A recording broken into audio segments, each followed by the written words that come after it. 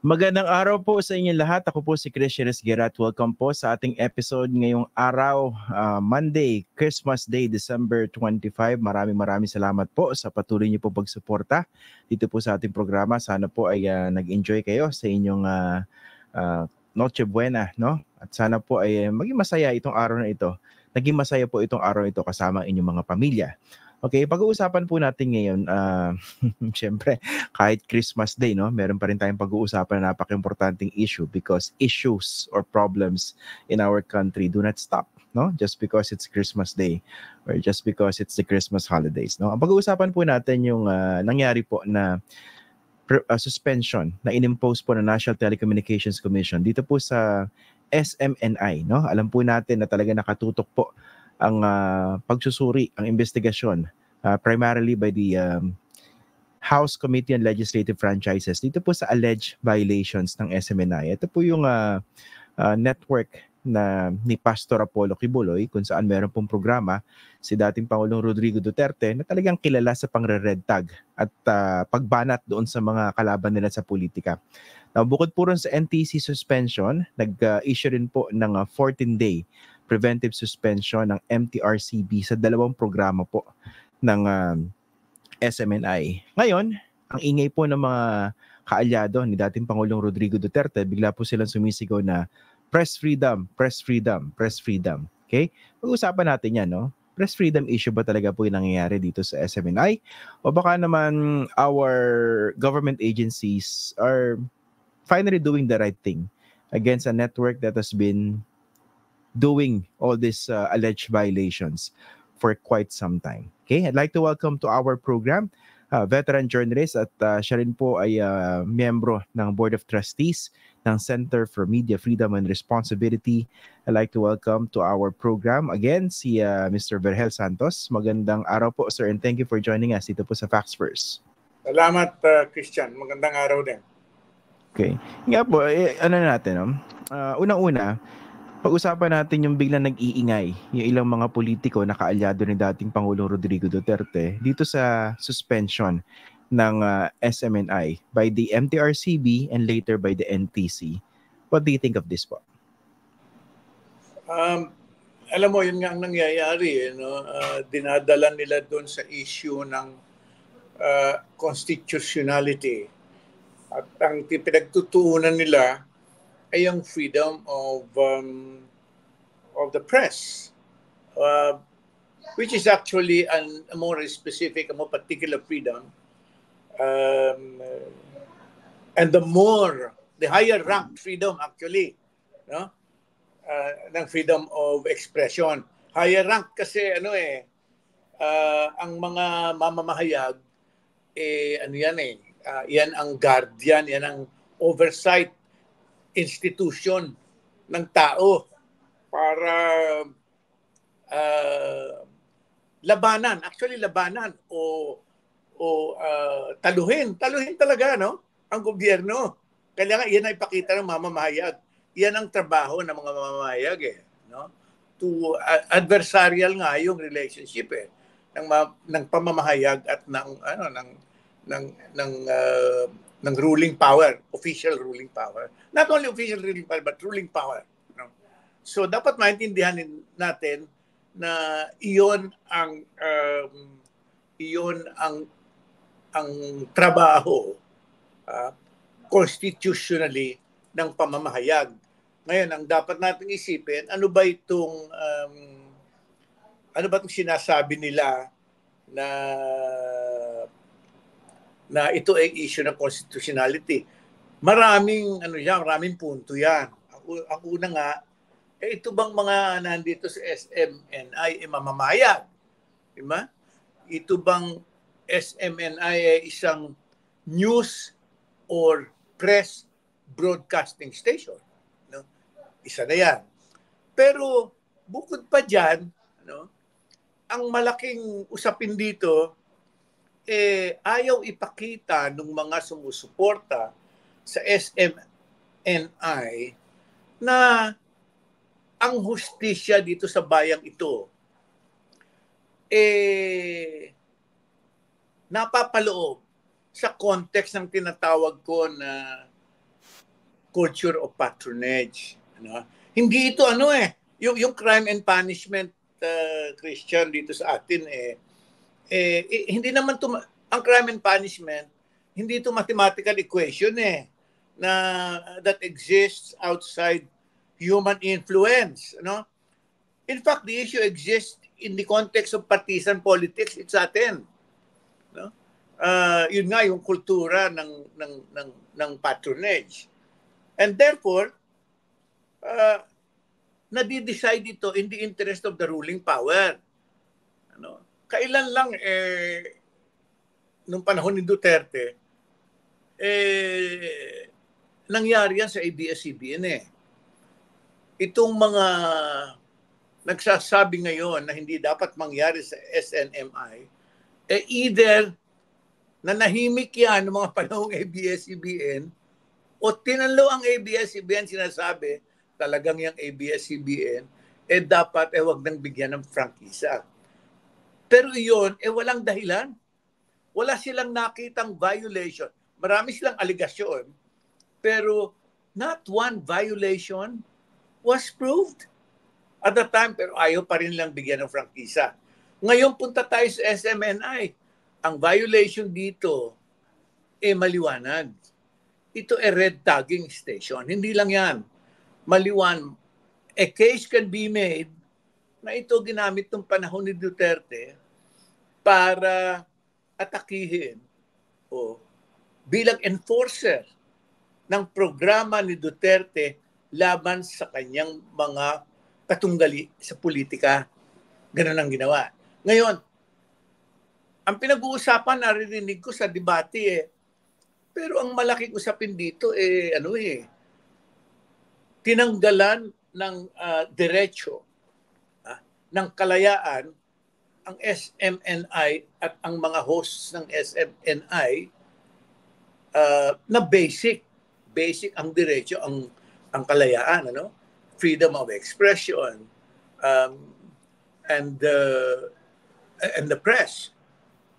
Ngayon, wag na natin sabihin na hindi pwede pag-usapan yan. Pero ang akin, pag gusto mong pag-usapan yan, pag-usapan nating lahat. Hindi lang yung freedom, hindi lang yung freedom of the press. Kung ano talaga ang ginagawa niyang SMNI bilang franchisee, broadcast franchisee. Ano ang ginagawa? Sinasabi ng Committee on Franchises na patunayan nila na violation ng franchise provisions. Ngayon, are we going to second guess the committee? Hindi, kung gusto niyo, banatan niyo yung committee. Banatan niyo lahat. Pero ang maliwanag niyan, ito is a red tagging station. Ngayon, gusto nila dalhin yan sa korte at huwag makita ng tao bilang isang issue na actually mas malaki. Natural ang violations nito. Ang violations nito, violation pantao. Sinasalbahe ang ginagamit ang poder, ginagamit ang diretsyo, hindi lang to licentious practice of rights and freedom. Ito flagrantly abusive. Kitang-kita, Christian, na ginagamit ang rights and freedoms para sa sarili nilang gains. Ito ang maliwanag. Ngayon, bakit ayaw natin pag-usapan na ganun? At yan, ayaw natin pag-usapan yung sinasabi ng mga tao na kaya nangyayari sa SNMNI yan kasi ako ang sabi ko, come upon siya meaning just desserts, karma. Ano ba yung come upon? Tinanong sa akin, yun ay punishment rendered by fate. Hindi court of law ba? Sa akin, ibang korte yan It's all part of a natural rendering. Natural yan na nangyayari. May mga arrangement na nangyayari na lalagay kasi sitwasyon na yan. Bakit? Kasi wala nang ibang sitwasyon na magdidiretso sa iyo Dahil kakampi mo nga yung yung mga institusyon at sistema na na umiiral, ano, para idiretso ka, kaya hindi ka madiretso. So ang nangyayari, you are able to escape punishment, human justice. Yun ang nangyari dito. Kaya ngayon, ganyan nangyayari. So dito ba maliwanag sa inyo na this is not a press freedom issue as what its supporters are trying to frame it? No, it is not a press freedom issue because ang unang-una questionable kung press yung SMNI. Di ba? Para maging press freedom issue ka, ikaw ay press organization na maliwanag. Hindi. This is a political attack organization. No? Yan so hindi po pwedeng sabihin na ito ay mga mamamahayag. Alam mo, napapanood ko naman yan no? At lalo ng panahon ni Duterte hindi mo nakita diyan na sinasala ang issue in a system na binibigyan ang lahat ng champions o kaya supporters ng isang issue, sa kanilang programa. Hindi, kasi sila lang yan. Kaya nga they can red tag, they can enforce certain political programs and schemes of the government nang walang lumalaban sa kanila doon mismo sa kanilang istasyon. So, sabihin mo, hindi press freedom issue to. Ito, pang-aabuso ng basic freedoms, hindi lang press freedom. Pang-aabuso ng franchise at saka ng iba pang mga diretso at mga kalayaan. Yun Actually maganda rin content analyze yung ilang mga news programs yan, no? Kasi nakakanood din naman po ako niyan, no? Mapapansin natin na merong specific direction ang kanilang supposed news. Miski hindi yung tinatawag na commentaries, no? Ang madalas bida diyan si Vice President Sara Duterte, former President Rodrigo Duterte. Tapos taong pinipitik yung mga kalaban Actually minsan hindi nga pinipitik diretsahan no? At saka maliwanag ng mga mamamahayag ng SMNI, lalo yung mga hosts, hindi mamamahayag. Yan political enforcers. Maliwanag yan. In fact, binabayaran pa nga ng gobyerno yan Yung iba nga nasa gobyerno no? Anong klase yan? Meaning the basic the basic connection ng SMNI at ng gobyerno nandun, the unholy ties na nandun. So hindi dapat mangyaring pag-usap mo freedom of the press. Hindi institusyon ng pamamahayag yan. Ano pa natingin nyo rito sa ilang mga political figures na all of a sudden pinagtatanggol itong SMNI tapos ginagamit yung issue ng press freedom na hindi natin nadinig sa kanila yan before, no? For instance, go ahead, sige. Una nga, hindi natin narinig sa kanila before. O kung narinig man natin, laban sa press freedom. Ibig sabihin, wala ka ng diretsyo pag yung ginawa mo. Ang isang napakalaking supporter ng SMI, supporter ni Duterte, si Senador Amy Marcos.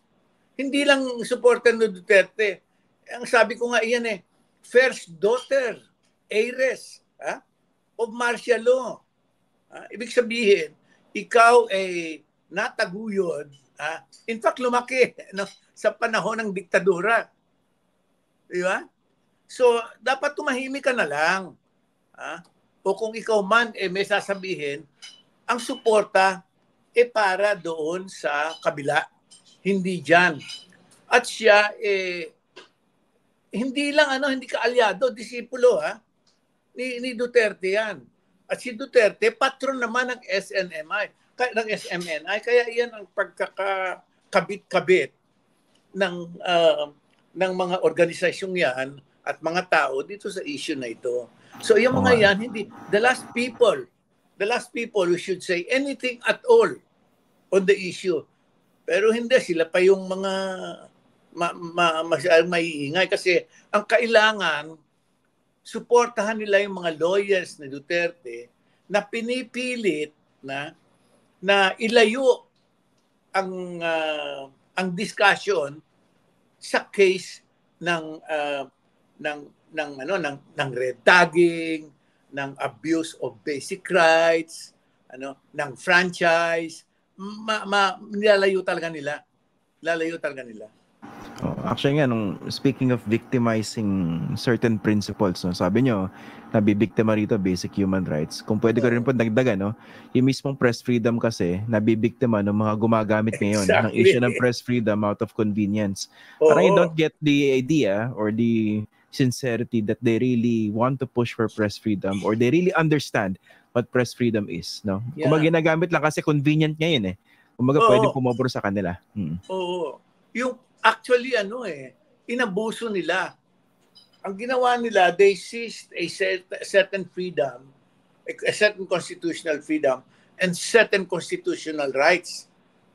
They seized these rights and freedoms for their own gains. Ganun ang ginawa nila. So ito ang dapat pag-usapan. Ngayon, ang gusto nila, dali na lang sa korte. Diba? Yun ang gusto nila. Ako naman, in the end naman, korte ang mag-decide niyan. Pero kaya desidehan ng korte, kaya hindi, hindi nyo po pwedeng ihinto ang usapan sa ibang mga issues other than those na gusto ninyong pag-usapan. Wala na magagawa dyan. Oo nga. Pero meron bang paraan to Kasi isa rin medyo frustrating na nakikita ko rito, no? Binanggit maganda yung framing niyo rito sa discussion natin, eh. Sinimulan niyo rin sa issue ng political patronage.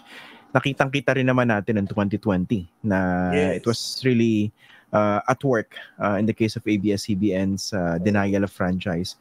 Dito naman, kasi parang I'd like to see this also as a teaching moment, no? Para sa civics, no? Para sa ating mga tao na para maintindihan nila yung role ng media, yung tunay na media, in the context of press freedom, kung bakit sila binibigyan ng press freedom. Ang sa akin po, ito yung gusto kong puntuhin.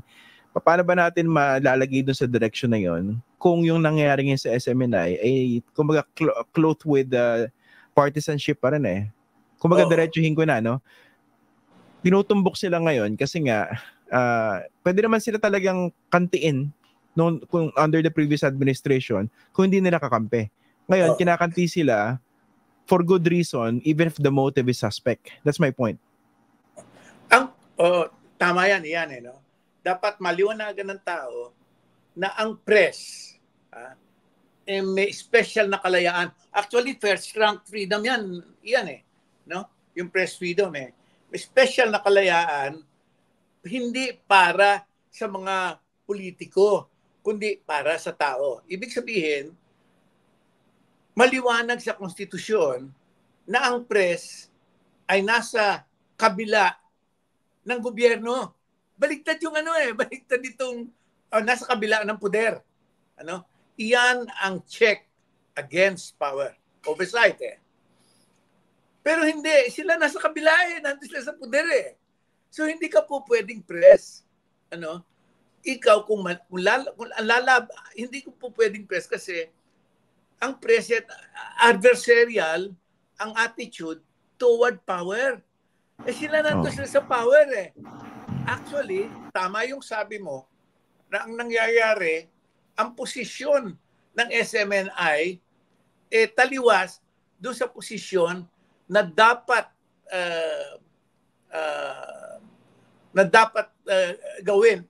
Yung mga dapat gawin, yun ang hindi ginagawa ng taliwas doon ang ginagawa ng SMNI. Dapat nandito kayo sa kabila. Press kayo. Ngayon yung iba naman, medyo ayaw nilang gawin ganon kasi may press organizations naman talaga. Meron naman tayo eh. Ang ginagawa na lang nila, hindi na lang nila nilalabanan masyado yung ruling power. So timid na lang sila o kaya quieto na lang sila. Ganun ang ginagawa. Itong SMNI baligtad. Ang binabanatan nito, yung dapat dapat nakasanggan nila. Dapat yung SMNI kasama ng press. Laban doon sa ruling power. Hindi sila. Ang kaalyado nila, yung ruling power. Baligtad nga no? Dapat maipakita na gano'n ang nangyari dyan. At alam mo yung connection pa nga iyan, kasasabi ko lang yung connection yan, makikita mo, na officially kasama pa sa gobyerno yan Yung mga hosts dyan yung sinasabing dating mamamahayag nasa dyan gobyerno. Oo. Mm. Maliwanag So hindi dapat mangyari yan. Ang term na ginagamit din dyan yung hyper-partisan media organizations, no?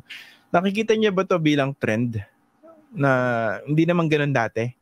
Even in the industry hindi naman for a while. Dati. Nung dati, medyo nahihiya pa yung media na gawin yan. Nung araw, hindi na lang kikibo. Alam naman natin na merong mga media kahit nung araw na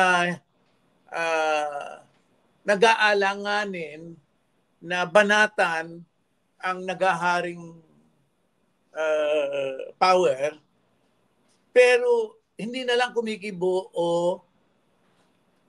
hindi masyadong flagrant ang pang-aabuso ng kanilang mga kalayaan at diretso.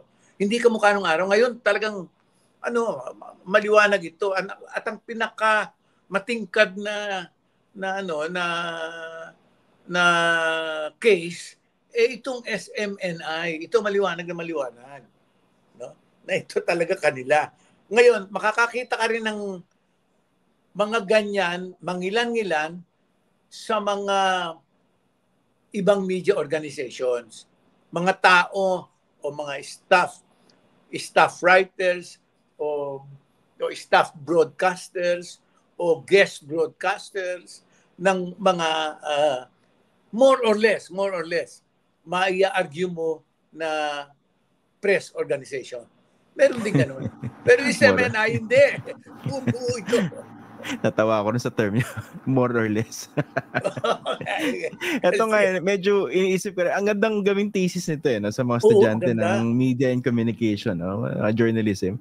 Kasi traditionally, in the Philippine context, yung government stations, no? Yan, yung PTB4, talagang kampihan dun sa presidente, no? Hindi nga necessarily sa gobyerno. Tapos ang panahon ni Duterte, pati ilang mga senador nakakampi niya, bida ron sa sa network na yan, di ba? Specifically, Senator Bongo. Ngayon parang nagkaroon pa ng isang categorization no? SMNI. Kung hawak ni Duterte yung PTB4 nung siya nasa kapangyarihan, nagkaroon siya ng another network, no? Kumbaga, beyond the presidency. Ngayon, yung PTB4, yun naman yung kampi kay President Marcos. Kumbaga, if we're going to put everything in a spectrum, yung mga legit na this other end, no? Adversarial. Pero doon sa other end, meron pa rin may mga nuancing pa rin, di ba? Tama meron pa rin. Alam mo, isipin mo lang, yung PTV4,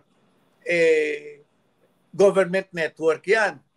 Pero kasama sa organisasyon ng mga mamamahayag di ba? Hindi ko maalam ba't kasali yan hanggang ngayon. Matagal ko nang nire-raise yung issue na yan na ang mga ganyan ay hindi dapat kasama sa organisasyon o sa isang, hindi lang organisasyon.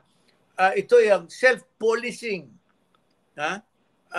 arms ng mga mamamahayag. Kasama yan. KBP.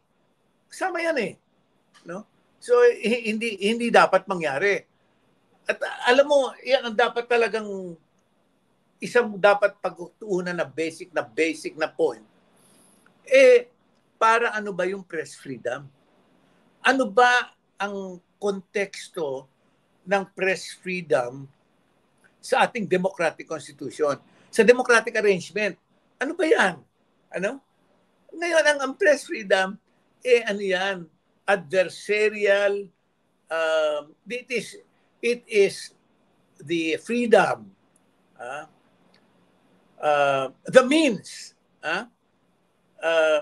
for the people through an agent, which is the press, to as a constant check against government. Ito tao ito. Kasi yung mga tao, by themselves, hindi nila magagawa ito. Kaya ang konstitusyon, nag-assign ng isang institusyon para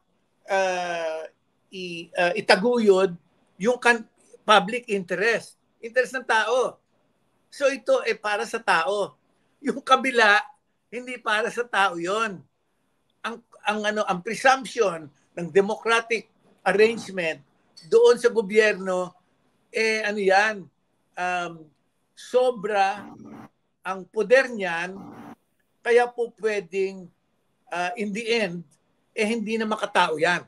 Yun ang presumption sa democratic arrangement Kaya nga nilagyan ka ng press So ngayon, kaya ang sinasabi pa, ang press freedom as a means of check against the powers that be should be exercised as boldly as possible. Bold sa ang lagi kong comparison diyan iyan yung trumpeta no. You cannot be timid with a trumpet.